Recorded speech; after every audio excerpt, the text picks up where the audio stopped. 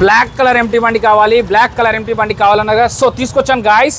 ఎవరైతే సెకండ్ హ్యాండ్లో black colour కావాలనుకో, అది కూడా టీఆర్ నెంబర్ కూడా జనరేట్ కాలేదు. సెకండ్ హ్యాండ్ జనరల్గా సెకండ్ హ్యాండ్లో బండి కొంటే అది సెకండ్ ఓనర్ కింద వస్తుంది. బట్ మీరు బండి కొంటే సెకండ్ హ్యాండ్లో కొన్నా కూడా ఫస్ట్ ఓనర్ కింద, ఎందుకంటే టీఆర్ నెంబర్ జనరేట్ కాలేదు. 2024 మోడల్ 5,000 మాత్రమే తిరిగిందండి. 1,75,000 చెప్తున్నారు.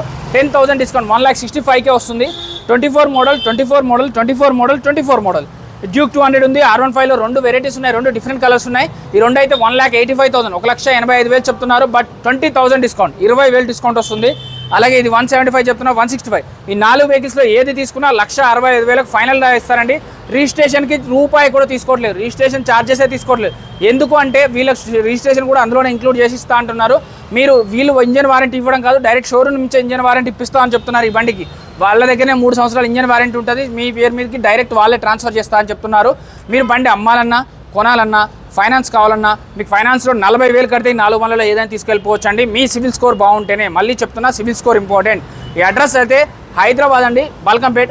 టైమింగ్ చూసి కాల్ చేయండి. ఎవరికైనా సీల్ బండి కొనుక్కునే ముందు ఒక్క నిమిషం ఆగి ఈ బండి తీసుకోవచ్చు అండి. నేను చెప్తున్నాను బరాబర్, ఎందుకంటే ఇవన్నీ కూడా లేటెస్ట్ వర్షన్సే. సో ఎప్పుడైనా అవుట్లుక్ బాగుందా, చైన్ కిట్ బాగుందా, సౌండ్ వస్తుందా, స్మోక్ వస్తుందా అన్ని చూసిన తర్వాత మాత్రమే తీసుకోవాలి. చెక్ చేసుకోకుండా ఏ రోజు బండి కొనొద్దు. Thank you.